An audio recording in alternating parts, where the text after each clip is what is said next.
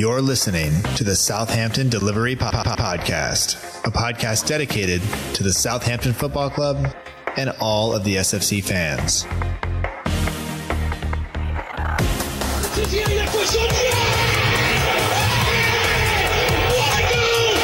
just got to go out and express ourselves. Fonte with a scooping header. We just got to get the job done. I'm here to get the job done.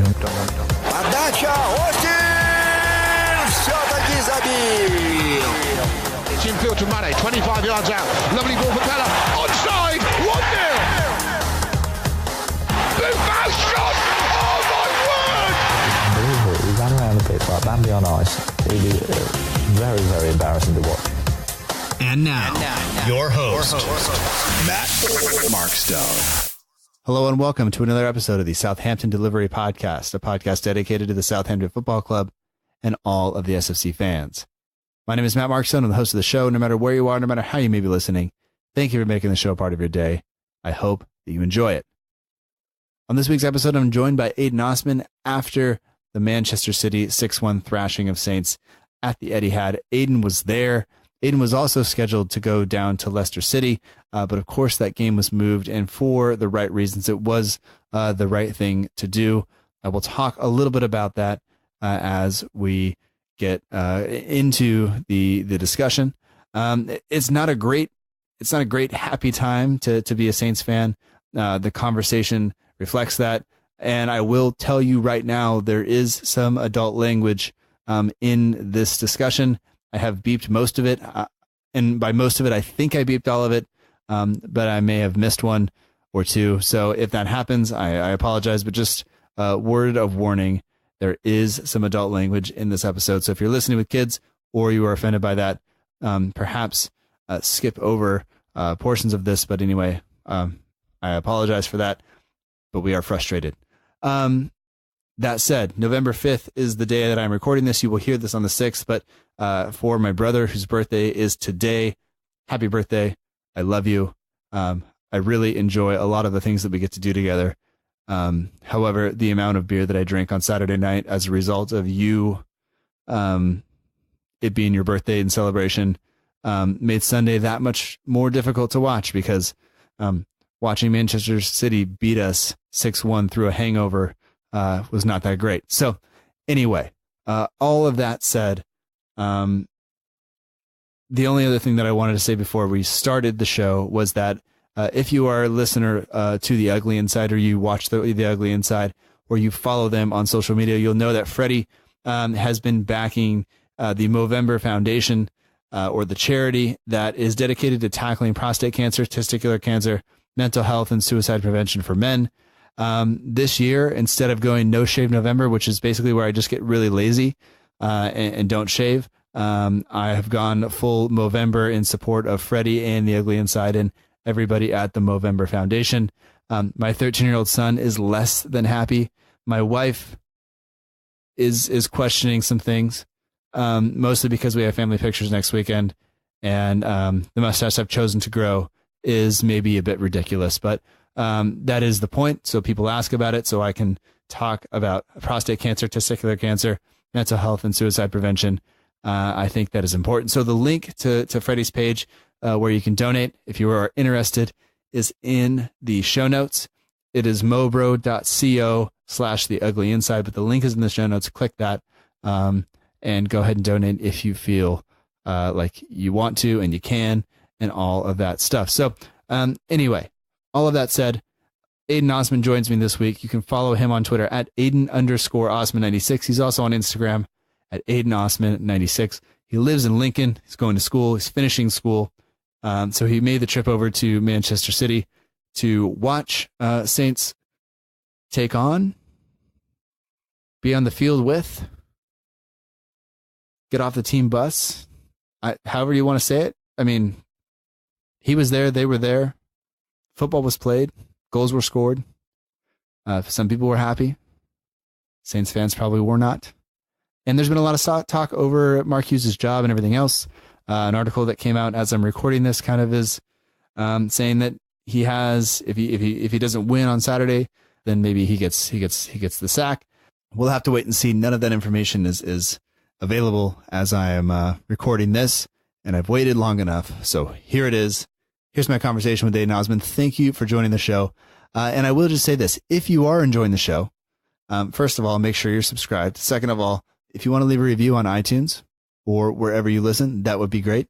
If you want to tell a friend about it, that would also be great. I normally don't ask for that stuff at the beginning of the show, but sometimes, according to some of the stats, people shut it off after we stop talking at the end. They don't listen to my nice end of the show thing. So I figured I'd give that to you now. But you did not tune in for 6.5 minutes of me talking before we ever get to the conversation. So here we go. Talk to you later. Thanks for listening. Here's my conversation with Aydin Osman.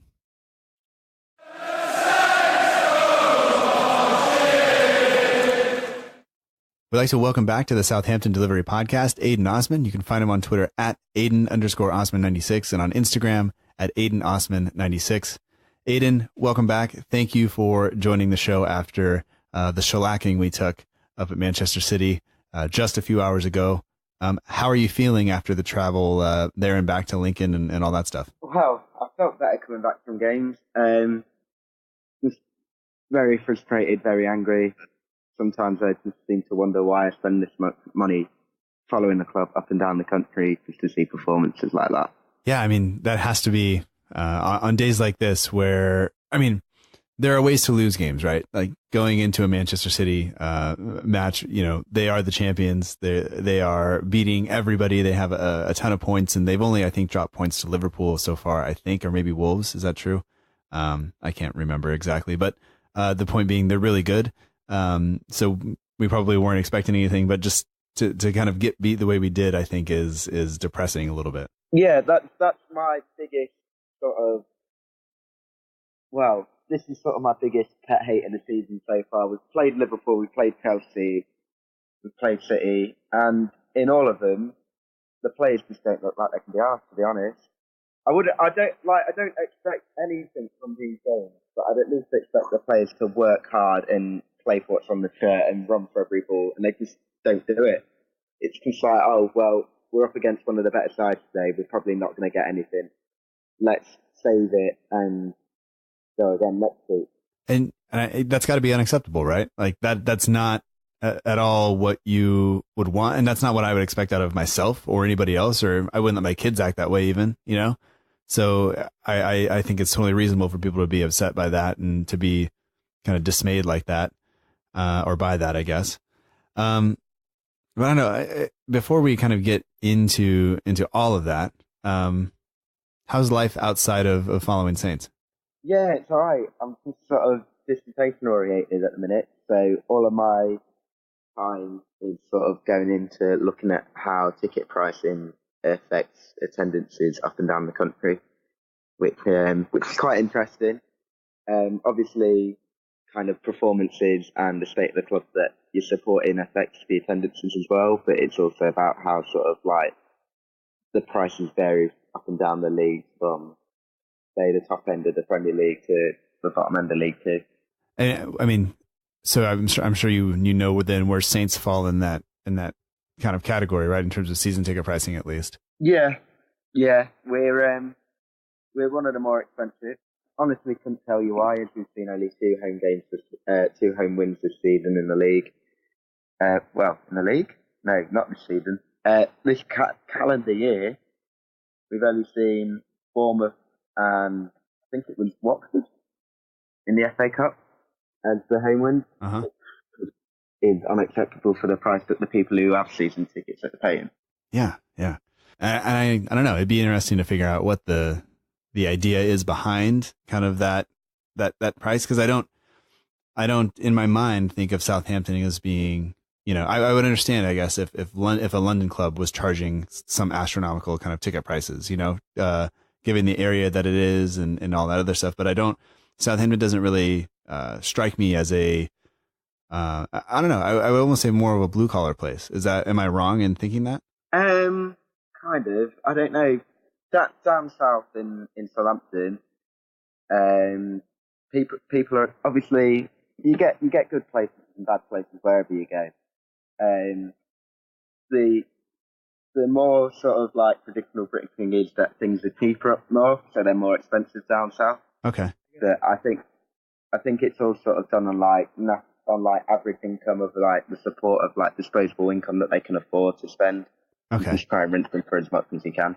I guess just because when I was in Southampton, the only kind of part of the city that I saw was down by the water, and it was like the it was near like the shipping yard and then all of that stuff. So like that's what I associate with the city more is shipping and things like that. So I don't know, whatever.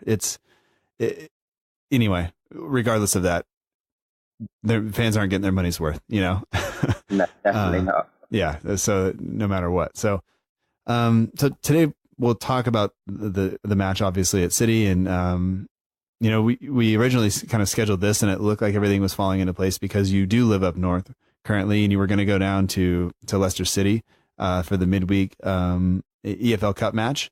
Of course, that was moved, and I think rightly so, as a result of, the helicopter crash that cost 5 people their lives, including the owner of Leicester City Football Club. So I think it was right for them to move that and give them a chance to kind of deal with all of that. And they got that emotional win yesterday, of course. And that I think as time goes on, they will continue to kind of play that football. And it's probably actually in terms of our form, probably a better thing for us to move that game to later and maybe hopefully let them, I don't know, get some of the emotion out of it and maybe give us a chance to move past them. And even though I hate to say that, because football is not nearly as important as, people's lives. So I feel like a total, jerk for saying that, but that's really from a football perspective. That's how I was thinking about it. Yeah, I know what you mean.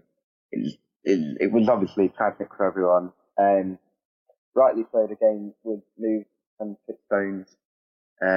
Obviously we as a fan base know when we lost Marcus 8 years ago, so 7 or 8 years ago, how devastating it can be to lose an owner that's invested heavily and, emotionally attached to the club.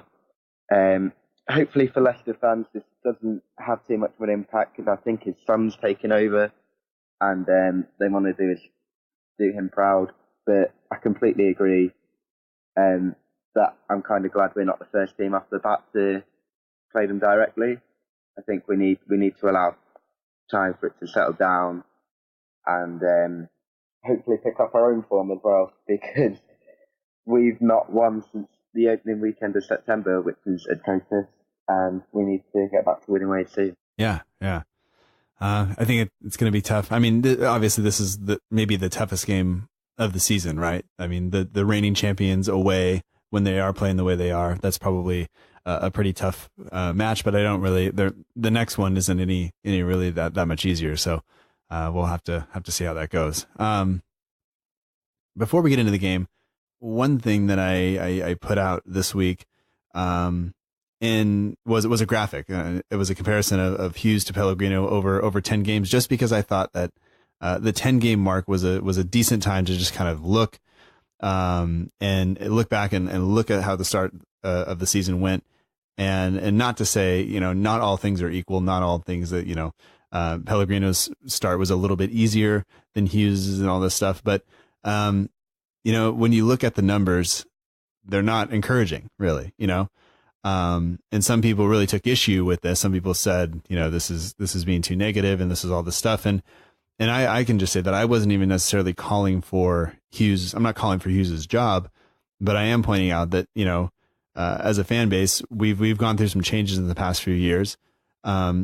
Last year, everybody was clamoring because we thought that through 10 games, Pellegrino wasn't good enough. And granted, the football was extremely boring, but we had actually scored more goals under Pellegrino through 10 games than we have for under Hughes this season. We have 2 more wins, 2 fewer. We had 2 fewer losses. We were 6 points or 6 positions better off in the table. And I just, like, when you saw that, what was your kind of thought looking at the numbers? Did it change the way you were thinking about Hughes at all? Honestly, I'm starting to lose my patience a lot with Hughes, and it's about the same time that I lost my patience with Pellegrino. But the point is, we've sacked 2 managers. Granted, Pellegrino is probably arguably the worst management the club has ever seen throughout his style. And then we sacked Puel as well. I remember starting calling for Puel's head, and I don't regret it, but I always think that the biggest thing about calling for someone's head is who we're going to replace them with. So when I'm looking at Hughes now, in a worse position than what we were this time last year, playing roughly sort of the same amount of opposition, same level, not scoring as much, defensively worse. You know, it all comes into factor of maybe we should move him on and get someone else in. But the point that I really want to know is, even if we do sack him, who are we actually going to get in? Right. Because now I'm looking and thinking, who's really want to come to a club that's on the down at the moment? Yeah, and I think you would have looked a few years ago, kind of at the time that we brought in Puel, and the club looked attractive. This would have been a place that a manager, I think a lot of managers would have jumped at the opportunity to come down there and work. You know, you have kind of a youth academy that is bringing people through. You have a club that has and been able to identify players and come through and kind of develop them a little bit and all that stuff. And maybe managers would have seen the fact that you kind of have to sell a lot of players and you're not going to get a lot of support in the transfer market necessarily. Maybe that was a reason that people didn't want to come down there, but I think you could have done pretty well bringing in, I don't want to say high profile managers, but managers that would kind of excite the fan base. And I think that as time went on, now we're on our third manager in 3 seasons. I think the idea that you can just get, a pretty decent manager in, I don't think that flies as much, because, managers are looking over their shoulder going like, how much time am I going to be given? What resources am I going to have? And scouting networks are getting better all the time, everywhere else. So maybe that kind of all works against us, I guess. Maybe. I don't really know. Looking at the past 3 managerial appointments, Puel is really the only one that makes sense. I don't know if you knew a lot about him before he came to England, but he played good football at Nice. The football wasn't bad. He helped bring through the youth over there, which was good, which was obviously ticking a box here, because the board felt like they lost to Southampton the way a little bit, with Koeman necessarily going more with his senior players and only playing the youth when he had to. Obviously, he had experience in managing throughout the European leagues, and, by paper, it would have been good. On paper, it looked like a good appointment at the time, even if you didn't know much about him. Obviously, things throughout the course of that season happened, the dropping out of the Europa League, by goal difference when we played for a draw and really we could have won the game. How we exited the FA Cup, getting smashed 5-6-1 at home to Arsenal. Mm-hmm. It's disgraceful. Obviously, we'll always remember the EFL Cup final and the performance we put in. But it was sort of in that period after beating Liverpool and the EFL Cup final, we had 2 games that we won. And then throughout the rest of the season, it just got progressively worse and worse, where we were failing to score and hit the target. Gabbiadini got out injured. We failed to score at home. Players were getting booed. The manager was getting booed. I think the players lost a little bit of confidence in Puel, which was probably part of the reason that he departed. And then we start a search for a new manager, and we're bringing a manager that's, by all accounts, done well in the Liga. He got Alaves to 9th in a cup final, I think, or which was roughly whereabouts we were. But the difference was the style of play. I don't know if many people saw Pellegrino and how his style of play was, but during his time at Alaves, his style of play was basically housery, where you just time waste and you'd be compact and you just try and hit teams on the counter and go about it that way. Obviously, he came in all right for about 5 games. The rest the rest were pretty dire. And then Hughes was literally his last chance saloon, really, wasn't he? He was just sort of, he's there, he's available, he's not being relegated, he's got experience, what have we got to lose? And then I think things were that bad that it wasn't hard for him to turn things, well, I say turn things around, it wasn't hard for him to get the players on side and, you know, getting them to do things. And we probably granted him deserving that 3-year deal that he got in the summer. But now looking at it, I'm thinking, is he really the right man to take us forward? Probably not. Yeah, and I don't think you're alone in kind of any of that thinking. And going back to the Puel sacking, I think a lot of people at that point, I think the ambitions of the club were different. You know, I think times were different at that point, and we would have been expecting to get out of the group stage of the Europa League and then make sure we were in it the following season as well.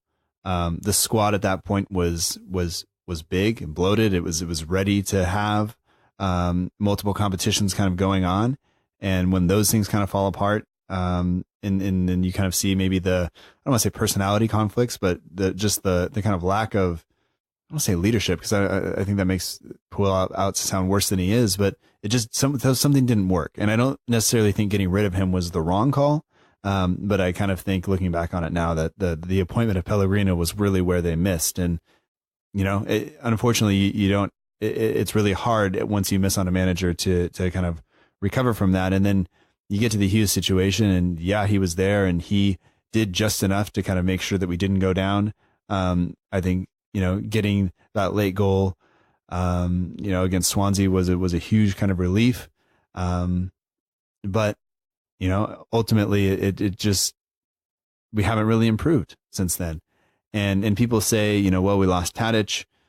We didn't really, you know, back him in the transfer market. I mean, none of the signings we spent, I think around £75 million this summer, and none of those guys started today. You know, whether it's the black box is failing, or Hughes is failing to integrate people, or there's some sort of mismanagement going on somewhere that maybe not even be Hughes' fault. But ultimately, a lot of it's going to lay a fall on his shoulders for now. And I don't know, it's frustrating to watch. And then especially when you see them go out and do what they did today, it was, I don't know, it's not a real encouraging time, I guess, to be a Saints fan. Oh, no, definitely not. But yeah, that's an excellent point. We made however many signings in the summer, and the only one that started today was Danny Ings. We went out and spent all this money on an attacking midfielder in midfielder / winger in Ellie and Usi, and he sat on the bench for Ward-Prowse, who really today didn't really do much. His delivery was poor. He was absolutely atrocious for David Silva's goal, very static. He didn't really offer much, which, to be fair to him, none of the players today really offered much, bar, I don't know, Redmond looked positive. Lemina did okay in spells in the second half, and obviously Ings tucking away the penalty. But we all knew that underlining our defence was not great, and we go out and spend all this money on one of the better defenders in the Bundesliga in Yannick Vestergaard, who had the most blocks and by all accounts was an absolute monster of a man. Mm-hmm. And granted, it's going to take time for him to settle into the league and all this. He's probably only made 2 or 3 mistakes, and then 2 or 3 mistakes all came in one game.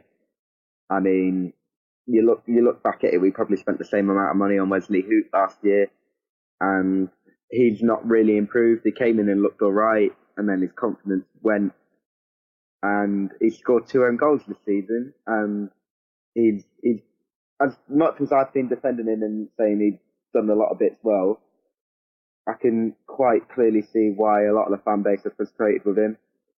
But then, equally, Stevens was as poor today, and he come through our academy. It's just what do you do? Who do you line up with, and who do you trust? Because I think whoever you're going to start with as that centre back partner, they need a good 3 or 4 games to get to know each other and to build a foundations of a partnership to work on. Yeah, absolutely. Just one more thing before we jump into the game today. Football Fancast on Instagram put out a little sheet with some stats on it, because people were saying, we have one of the defenses that people were throwing out for Hughes was that we've created all of these chances, that we have, what is it, like the third most chances created in all of the league. It's just our conversion.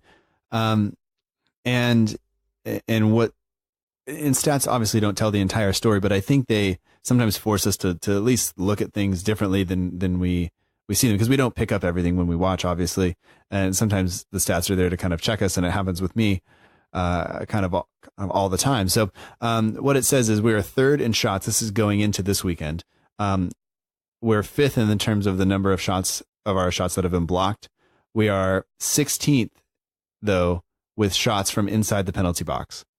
We are 14th from shots inside the 6-yard area, or the 6-yard box. So we have the third most shots coming from outside of the box. So it looks like, we are sure those goes down as chances, created or shots or whatever, but they're not necessarily good ones. The expected goals, I think, is only like 3 goals higher than we've actually scored going into today. So it's I can't kind of accept the fact that it's not the strikers who are putting them away. It's the situations that we're getting ourselves into are not necessarily that conducive to scoring. It's people taking shots from outside the box. And if you look at the goals that we've scored, Ings puts one away from a penalty, or sorry, from a corner.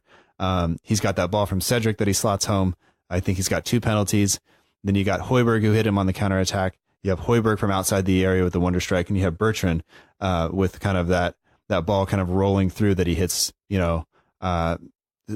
super hard and into the upper corner. But that's it. If you think about all the chances that we maybe had that have been right in front of goal where people have missed, I think maybe it's 3 or 4. And so I don't know. Well, I just needed to throw that out there, I guess. Maybe I didn't need to, but I did. So there we go. It's one of those to look at. I think looking at it, well, I don't know if many Saints fans got through to the end of match of the day last week after the 0-0 with Newcastle. But one of the analysis on there was, which what I thought was right, was I think we're getting into the positions that our decision making in them positions and our decision making going forward isn't good enough. Uh-huh. I don't know whether there's too much mentally that's going on to scoring goals and how we attack, or it's worked too heavily on training and the boys are just a bit too scared that they're going to f it up. It's all about the decision making, and when it gets to the final third, our decision making has not been good enough. Right. We talked about that a little bit last week. There were a couple of instances, Ellie Nusi had the chance to square it, I think, to Austin last week, and it didn't happen. And there was another chance for somebody else to square it last week. And it's just like we threw away essentially 2 goals or 2 really good chances that don't even go down. They don't even get registered in the stats, which is another reason why we say, they don't tell the whole story, because those don't show up in the stats because they weren't even, shots that wanted to, taking part or happening in the first place. But even though they probably should have been goals. Going into today, there were a lot of us that thought that Hughes was going to go into today with a back 5 potentially. It would have seemed like the realistic thing to do was to go there and hold out. But he mentioned at his press conference that he wasn't willing to go there and sit back and hope to try to keep it 0-0 because he didn't think we could do that. And I agree with him on that 100%. I wasn't surprised necessarily with the back 4 or the back 5 if you include McCarthy. That's the back 4 that's been the back 4 for a couple of games, and I'm not going to say, oh, we've kept 2 clean sheets, so that's totally fine, because I'm not keeping a clean sheet against Newcastle should not earn you all that much praise. The rest of the team, though, were you surprised that we went 4-4-2 against Manchester City? Were you expecting something else? Were you surprised Romeu wasn't in the lineup? And I didn't hear anything why he wasn't there, but what at all surprised you about the way Hughes set the team out today, if anything at all? I am quite surprised Ray didn't start today. I am surprised with the lineup. I didn't think he'd go with a back 4. I was expecting it to be probably the back 3/5 that he brought in towards the back end of last season. Looking at it on paper, it probably was a 4-4-2. Looking at it in the ground, it seemed more like a 4-5-1 with Shane Long playing out on the wing. Obviously, couldn't really tell you because what our game plan was, because for all hell or leather, it just didn't seem like we had one. Well, yeah, and it goes out the window when you concede 3 times inside 20 minutes, right? Yeah, definitely. I think we did, well, we conceded twice in 15 at Newcastle, and that managed to get Pellegrino's back. And I don't know, I look at us now and I just don't see Southampton having an identity on the pitch. Like, I don't go into games and expecting how we're going to play or how we're going to line up anymore. Yeah, the identity kind of seems to be gone, and there were times today where the team went out and pressed, and not everybody pressed. And Manchester City, you know, even when it looked like we were getting close to kind of causing them some trouble when we were pressing them, they never panicked. They always looked comfortable, and then as soon as they made that one pass to get it into the midfield, then it was just all bets are off, and now I'm super worried that we're going to concede a goal. And I don't know. I don't think they ever really looked like they were stressed at all. I think when we scored, when we earned the penalty, it was kind of one of those things where Ederson had maybe gone to sleep a little bit. He wasn't in the game because he hadn't had anything to do. Like, we really hadn't touched the ball in their half for most of that to that point in the first half. And so, you know, all of a sudden he maybe falls asleep a little bit, and we get the penalty, and thank goodness that we were able to put it away. Although I hope we score another one, because I don't want the goal of the month poll to come down to a one penalty against Manchester City. But yeah, I mean, looking at James Ward-Prowse today, he looked a little bit like he maybe hadn't played in a while, and that's true. He hasn't had a whole lot of game time. He didn't quite look up to it. I was hoping for something maybe a little bit more. I don't want to say, I don't know. Even his deliveries didn't look like they were crisp, you know, and that's what we would have kind of needed against Manchester City, was to take advantage of those kind of set piece opportunities when they arrived. But I don't know. First goal, of course, is a Hoot own goal. I don't know what you want to chalk that up to. I don't know, man. Like inside the first 20 minutes, when we concede 3 times, what happens in the away, and what happens to the mood where you're sitting to everybody around you? Oh, I think a lot of it was a lot of anger. I think there was a lot of language that was thrown about in the first 20 minutes. The first goal we conceded, just couldn't even tell you. They're all off celebrating, and we're just like, Christ, here we go. Think when you see the first goal in, because we weren't going in to expect anything, it was more sort of, here we go. The second goal comes in, you just kind of know what kind of day it's going to be. You're just there like, come on, lad, just tighten up now. Let's not be stupid. And then that third goal goes on the 18th minute, and my language, along with quite a few who were around me, just in front, just a couple of rows in front of the pitch, was explicit and adult only. Just I don't see what the point. I don't like. Clearly, we weren't good enough in that first 20 minutes, which probably Mark Hughes is going to come out and say in his press conference that opening period cost us the game. But you look at it, you're the manager. Just teach them how to fucking defend. You go into the champions, and they're champions for a reason. You know they're going to play a certain way, and they're going to express, and they're going to try and look to exploit the spaces and cause you problems and do this. And not being funny, but it was kind of, granted, you were meant to play Leicester on Tuesday, but now you had an extra day's worth of preparation to prepare for City, to look at how they were going to line up and to try and find a way of at least stopping it. It's done. And I just look into it, comparing to how we went there last year, and I just think, just looking at it, it's just like, I've had enough. What is the point? I don't go to these games expecting wins or anything, but I go expecting a performance, and if we are going to lose to City, make them work for it. Yeah. I think that going into today, I don't think anybody really expected anything. I think we all can admit that.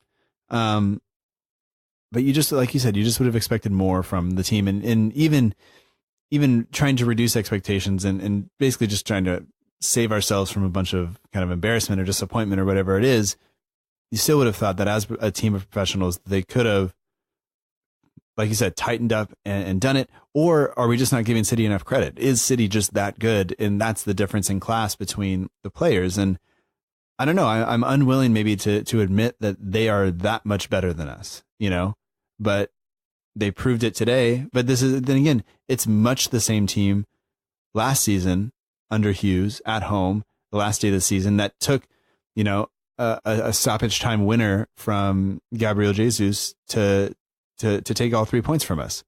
And so I don't think that the players are that much worse off than City are, but when they play like they did today, it's hard to give them kind of the benefit of the doubt in terms of their effort and things like that. And I don't know. I don't know. It's like we said, it's not all that great. There's no doubt that City are the best team in this league, but honestly, I think we made it so easy for them today. And if you're going to make it that easy for them, of course they're going to take advantage of you. Yeah. I think one of the things that I would have been most frustrated by was the number of times that Sane or Sterling got down to kind of the end line and was able to kind of wrestle the ball away, keep it from going out for a goal kick, and pull it back and create a chance out of it. That happened far too often.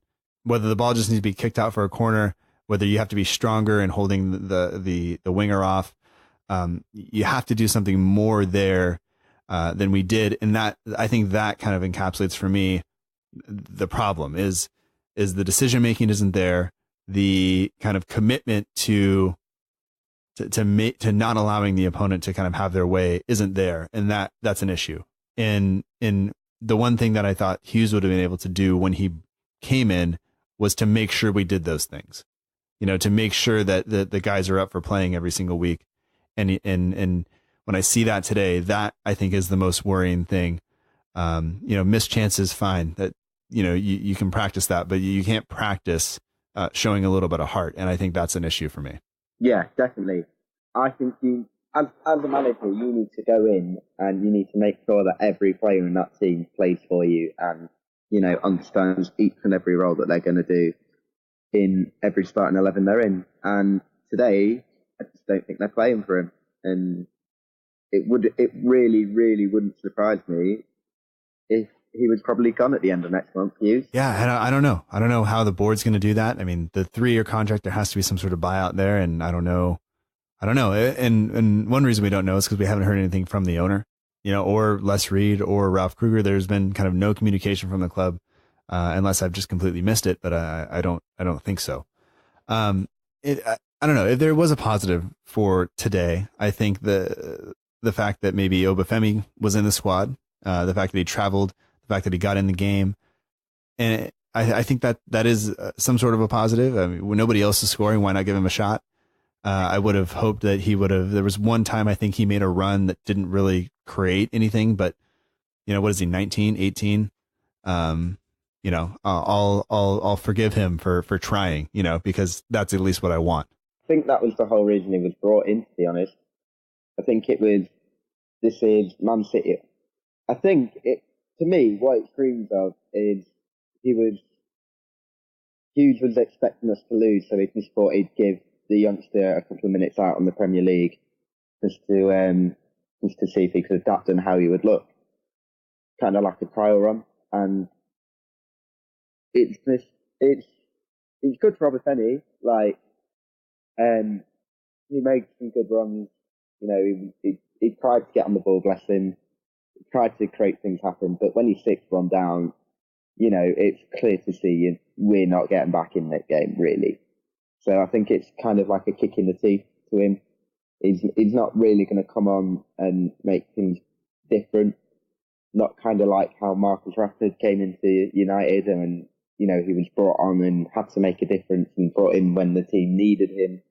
It was kind of just sort of like, here's your top kid. Don't worry if you mess it up because we're already 6-1 down.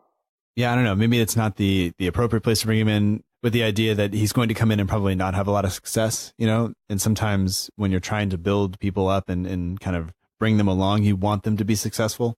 And so you kind of put them in situations where they can be, and maybe this wasn't it, but maybe this is also where, you just see if you go out there and tell him, maybe he's the only one that's not nervous on the entire team. He doesn't have anything to kind of worry about. The expectations are low. So you go in, and if you do anything positive, then maybe it gives you some confidence going forward. But I don't think he has anything to hang his head about. I thought he did just fine. And then of course Moy and Armstrong came on eventually, and it didn't really change anything. Shane Long missed some chances. Nothing new to talk about there. But to be completely honest, like I don't really have anything else on the game. I think the fact the game was moved to Sunday, which I think caused some people to not be able to attend. That is a horrendously long trip from Southampton to Manchester, to play it on a Sunday afternoon, to not play the lunchtime kickoff, which I know makes it harder to get there, but maybe more time to get back. I think that hurts a lot of the Southampton fans from being able to get there and stuff. But I don't know. Like, do you have anything else from the game that really like stands out that you think needs to be noted here? I don't really know. Personally, there's a few players in that team that I would happily never see in a Southampton shirt ever again. I think it's all about how you set up and the mentality. And the mentality wasn't there today, and the mentality and all of this has to lie on the head of the manager. I think realistically, he went to Liverpool in September a few weeks back and said, "Oh well, my mentality there was just to damage the imitation." And today it didn't even look like that. You have to look at him and think, you clearly don't know what your best side is. You clearly don't know what you want to achieve with this group of players. And I think realistically, and it's such a shame to say it after the way he kept us up, but I think it's about time Hughes probably left or was called for to lose his head. But saying that, I know the underlying problems of the club are a lot deeper than that, because it all goes down to the fact that, Cat sold us to Gal, and he's literally come in and he's not done anything. And I understand, probably Katrina not wanting to be as heavily invested in us because it wasn't really her dream, it was more sort of her father's. Right. But, at least sell us to someone who actually wants to, develop the club and put us back to where we could be, rather than just a bloke that's come in and that's changed nothing. We've not, that heavily investment that we spent in the summer has all probably come from the sales of Virgil and Tadic and, the rest of it's just, you don't know where the rest of the money is going, the TV money and all of that. Yeah. And it's really frustrating because I've never felt so distant from the club as I have in the last 2 years. I don't know. I think the sentiment online, at least, is it kind of agrees with you that the club doesn't feel as close to people as it did in recent years, and I think has done for a long time. You have people who have had season tickets, who have done everything in their power to make sure they were at matches and stuff, that just they're not getting the joy out of it that they used to. And they are still going, but that, I don't know how long that goes on. I know people will say that, the club is for life, and I totally agree with that. I'm not going anywhere. I don't think many of us are going anywhere, but to drum up the kind of enthusiasm for the club every single week gets hard when you go out and see things like we've seen the past few weeks, because even going back to last week and the week before, there wasn't a whole lot there to get excited about. There wasn't a whole lot there to say, like, this is the club.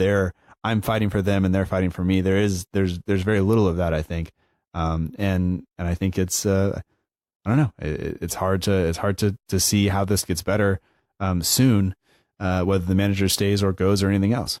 Yeah, I'd completely agree to that, and I wouldn't, I probably wouldn't slate anyone who chose to stay at home today, because realistically, we're going to City, and we know we're not going to get anything. But I think the decision for me is once you pay that money to go and support the club, and you're in the ground, you give them all the support you can get.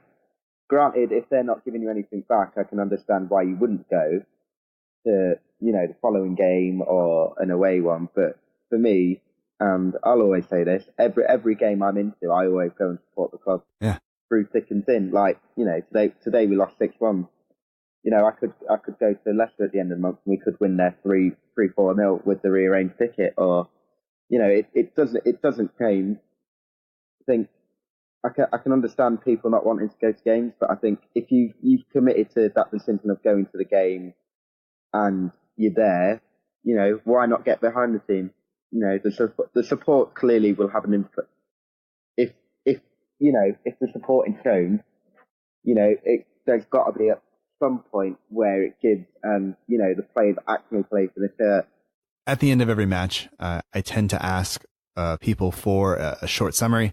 Because City scores 6 goals, I said 6 words.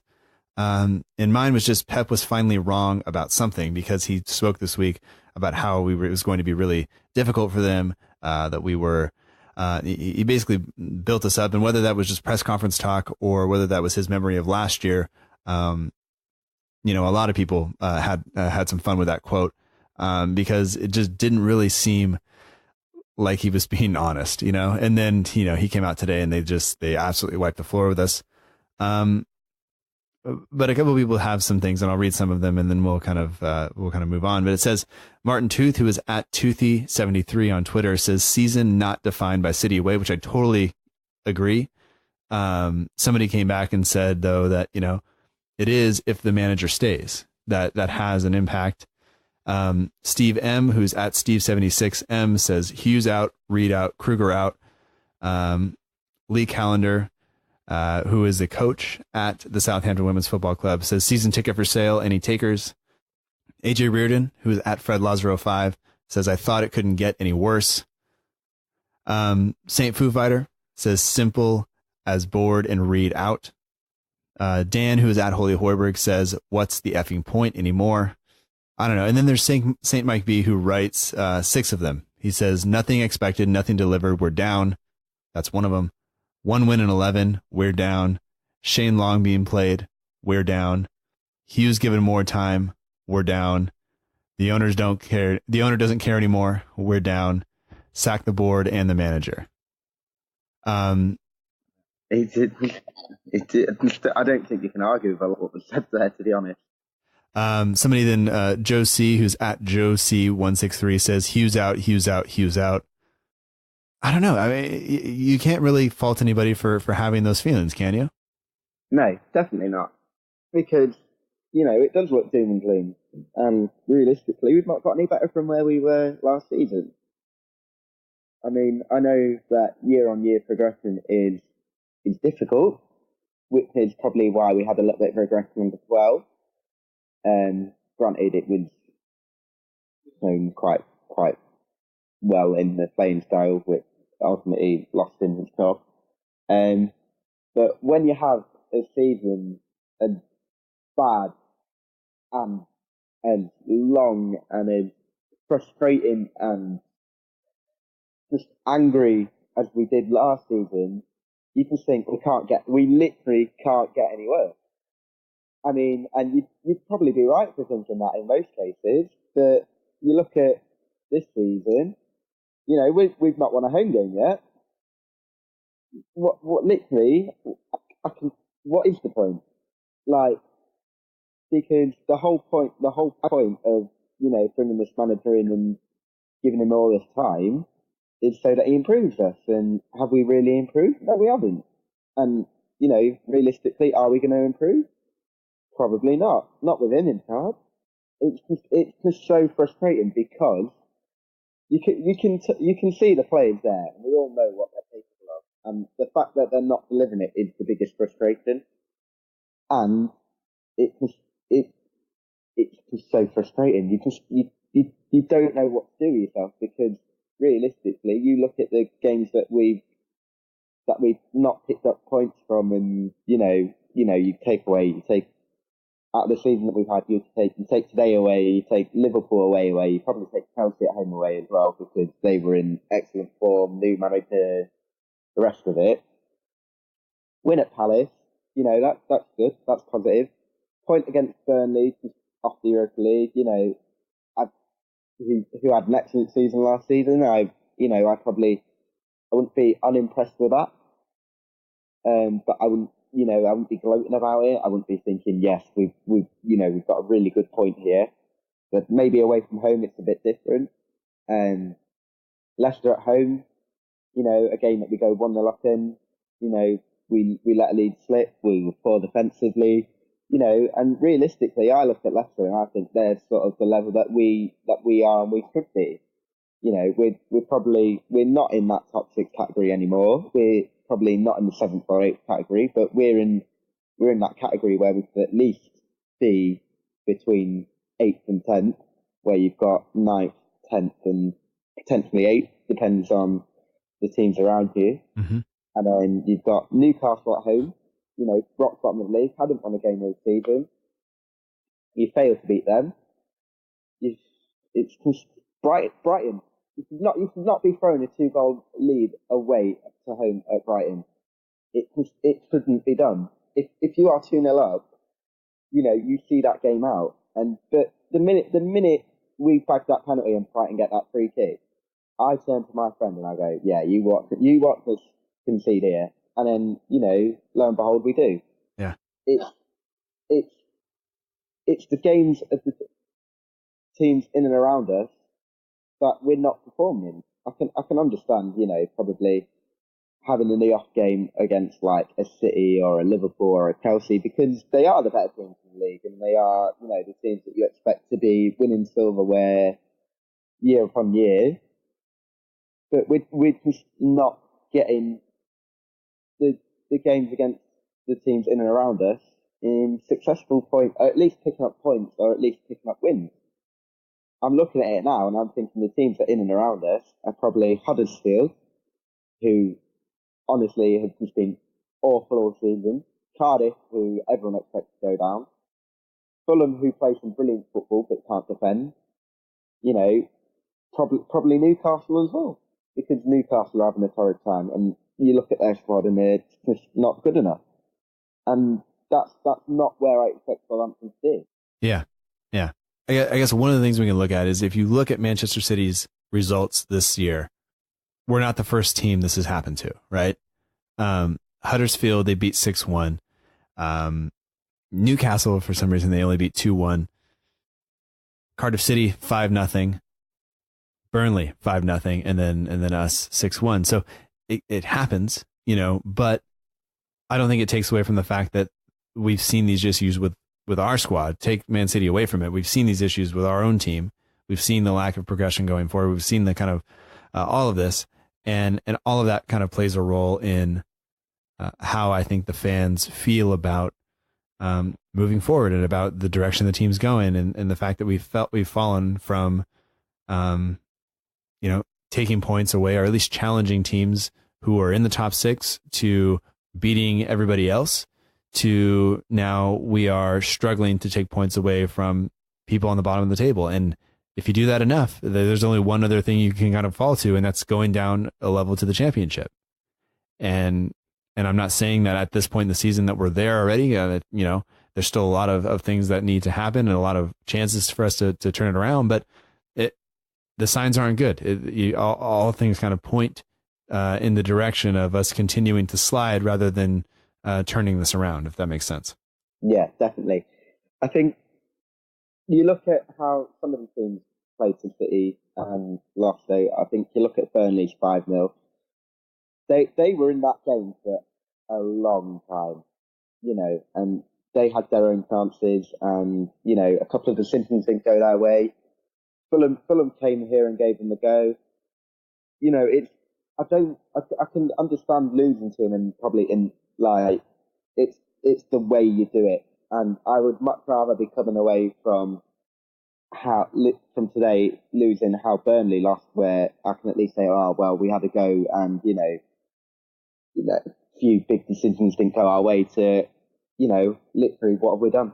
We were just there to try and stand in City's way, and we didn't do it. Yeah. And I think that goes along with Courtney Louise White's kind of comment, where she just says, absolutely bloody, disgusting performance, no fight.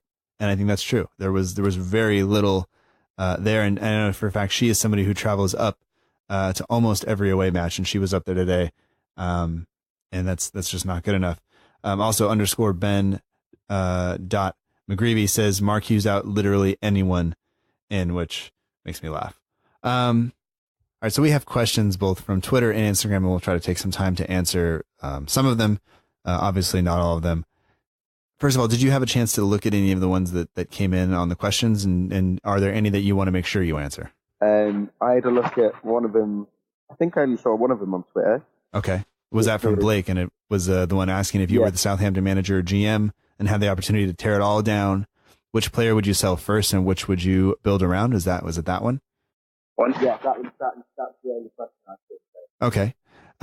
There was another one from Tim Marshall, who it kind of came in later, and he just kind of asked, he said, who would actually be worth keeping in the Saints FC team? He says he's got McCarthy, Højbjerg, and Ings. So maybe we'll get to both of those. But to answer Blake's question first, he's at BLAQEKS. If that was you, who's out the door first? Who is the first one that you are selling if you have that power? Now, this is an interesting question, because there is at least the first person has to be Shane Long for me. There is no way that a bloke who doesn't score, whose literally only attribute is to work hard, is a Premier League footballer. The bare minimum that I expect from people in the Saints shirt is to work hard. And he would be my first out of the door. He would probably be closely followed by Fraser Forster, James Ward-Prowse, and Wesley Hoot for different reasons. But yeah, Shane Long would be the first player I would push out that door. I think I would go with Forster just because, he's rumored to be the highest paid player on the books, and he's not getting anywhere near the first team. I think his time there is pretty much done, so I would get rid of him first. And I've said this before, I have a bit of a soft spot for Shane Long. I understand the frustration. He frustrates me too, but, as somebody who is not gifted at a lot of athletic events, but works really hard, I have some sympathy or some empathy for him, I guess. I forget which one of those is correct in that moment. But I totally understand and will not stop anybody from trying to slate him because I think it is deserved. Who's the player you would build around then? Who's the person that you think has to stay to be kind of the linchpin? And I think I know who you're going to say, but I'll let you answer it. See, for me, it's between two. And I think it'd either be Højbjerg or Lamina, because they're both sort of the quality, and I'm steering more towards Højbjerg because of like his professionalism and the way he goes about his business. But obviously we can also see the stupidity of Højbjerg with the red card he got against Leicester. But difficult. I would either go with Højbjerg or Lamina because they are granted our best players. But I'm a big believer if you don't build a team around a player, you build a team around a system, and then you get the players to fit in that system. Sure. Yeah, but I think if you're going to do that, you have to kind of think of, if you're picking one player to keep, I guess, I think you have to think about the qualities and the personalities of those players and what they bring to the table in terms of leadership. And I definitely think that Højbjerg has a lot of those characteristics. Tim says, in terms of his question, who would you keep? He says McCarthy, Højbjerg, and Ings. I can't fault him there. I'd probably keep Redmond as well. Although you might be able to get, for some reason, his I think a lot of people have come to his defense throughout football outside of Southampton. And so I think that maybe you might be able to get a decent price for him to go elsewhere. So maybe that would be actually beneficial to get rid of him in that sense, even though I like him as a player. So that's not what we're asking here, though, so I can't really say that.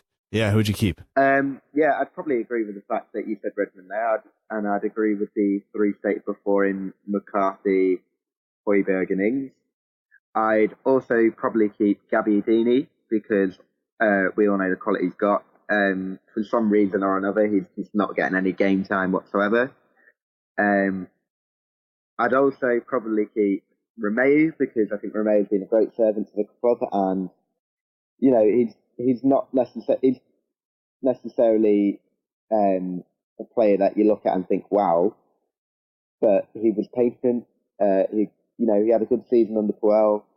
I look at him and I think if I'm going to play in a formation or a system or a team where I'm probably going to need more men in the midfield, I'd put him in just to protect that back four. I'd probably also keep Lamina.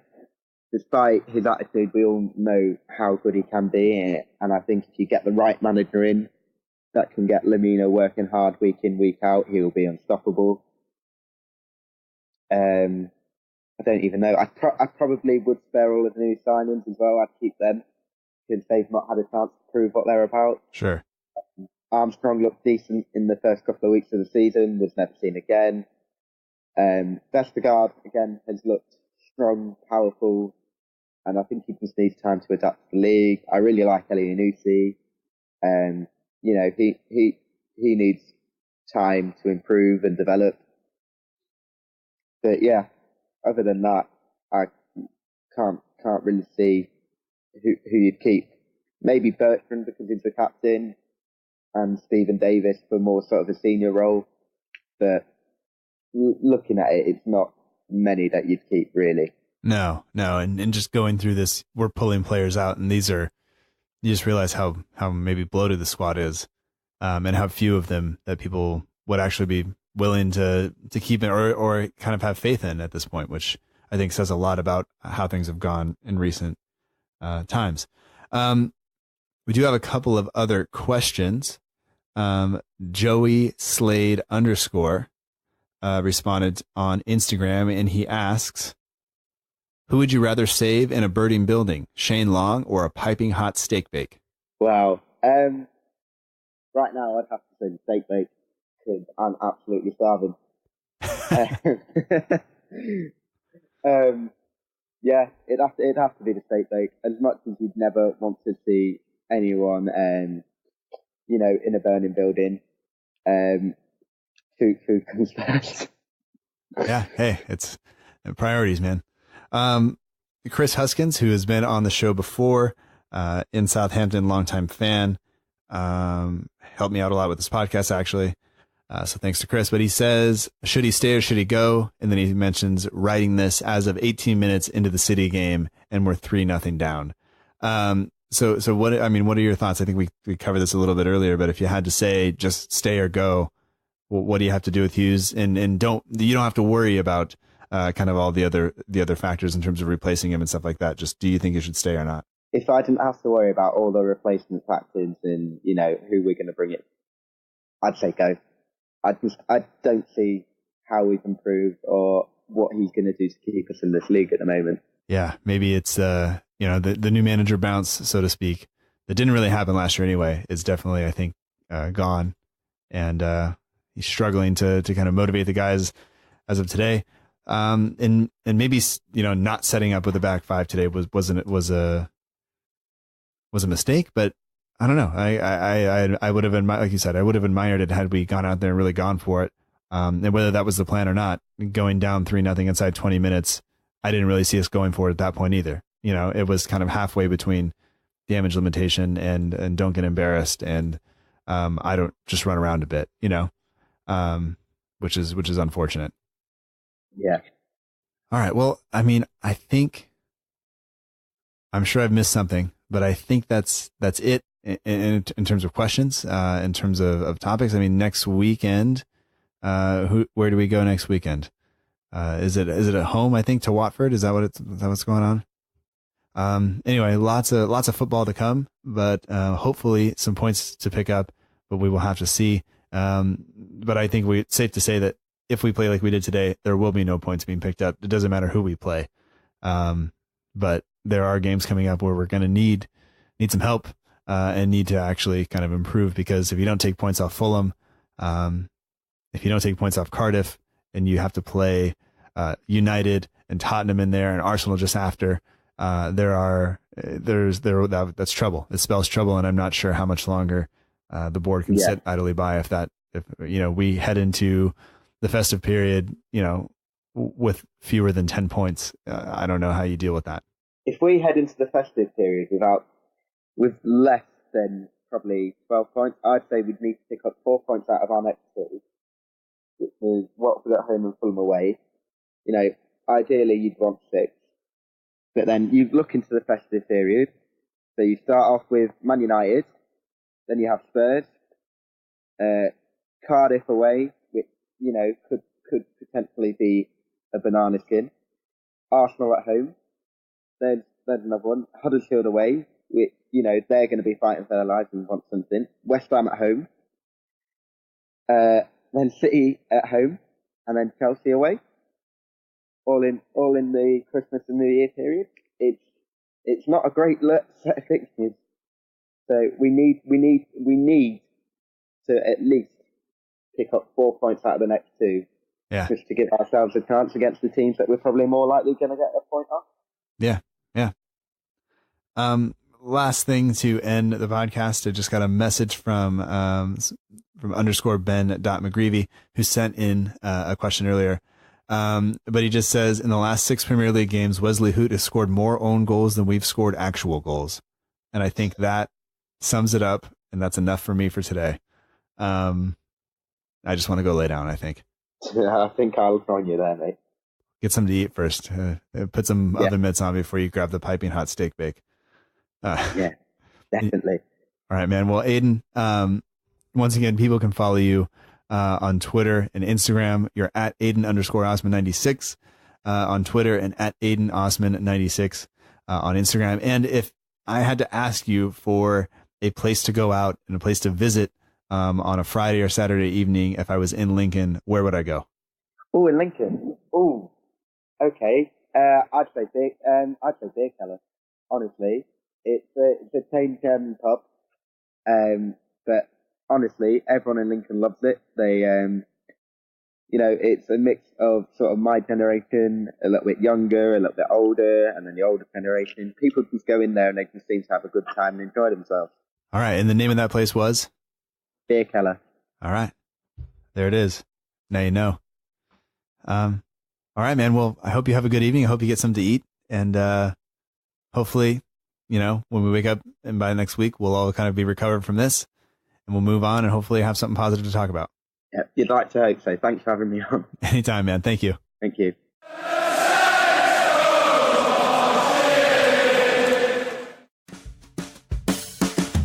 And that does it for episode 95 of the Southampton Delivery Podcast. Thank you so much for joining us. I hope that you've enjoyed it. Special thanks this week goes out to Aydin Osman. Thanks for joining me, Aydin. I appreciate it. If you want to follow him on Twitter, you can do that at Aydin_Osman96. And on Instagram, he's at AydinOsman96. If you are in or live in the Lincoln area and you'd like to get a hold of him, you should do that. You should find him out. It's a good time. It's a much better time than watching your team get pasted 6-1 on a Sunday morning at 7 a.m. With a hangover. Aydin is more fun than that. And a lot more fun. That doesn't make him sound very good, actually. He's just a lot of fun. How's that?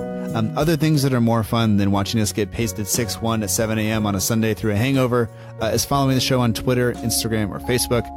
We're on Twitter and Instagram at SFCDELL_IVERY. And we're at Facebook.com/SFC Delivery. There is no underscore in the Facebook address. If you like having slightly less fun than that, you can email the show, the SouthamptonDelivery@gmail.com. But no matter how you get in touch with us, we really do appreciate it. The artwork for this show is done by Matt Beeling of the We Are Southampton page on Instagram. For all your matchday edits, polls, competitions, and more, be sure to check out the We Are Southampton page on Instagram. Our partner is the Southampton page on Twitter, Instagram, and Facebook. You can follow them for all of your Southampton FC news and needs. I really do appreciate all of the work that all of the guys put in over there to help support the show, to help promote the show.